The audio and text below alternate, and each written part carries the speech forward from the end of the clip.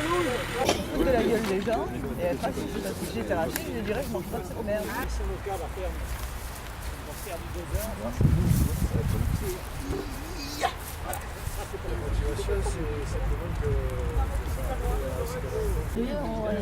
Et voilà, donc les prix forcément sont en plus remis en cause par la construction d'une voie rapide, par des aménagements qui ne favorisent pas forcément toujours les agriculteurs. Donc on essaye de défendre cette zone qui est constituée quand même de terres proches de la Durance, donc très très riche.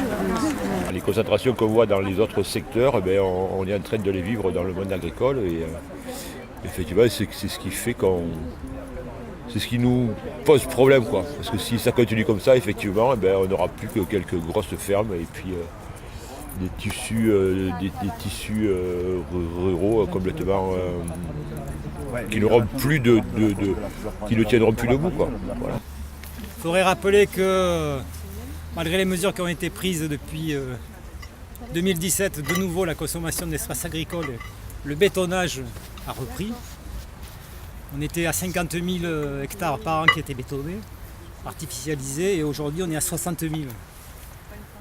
Donc les mesures qui ont été prises n'ont pas été efficaces. Donc aujourd'hui la Confédération paysanne demande qu'il y ait une loi foncière qui soit édictée et qui en priorité protège les terres agricoles.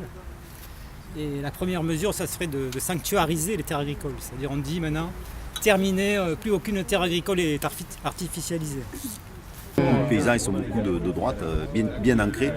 Donc voter pour un syndicat qui est plus marqué à gauche, déjà c'est rédhibitoire.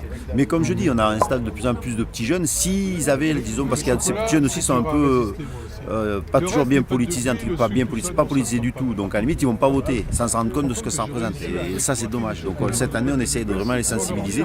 Et si tous ceux qu'on a installés, qui sont proches de nos idées, votent, oui on va faire beaucoup mieux que la dernière fois, je pense.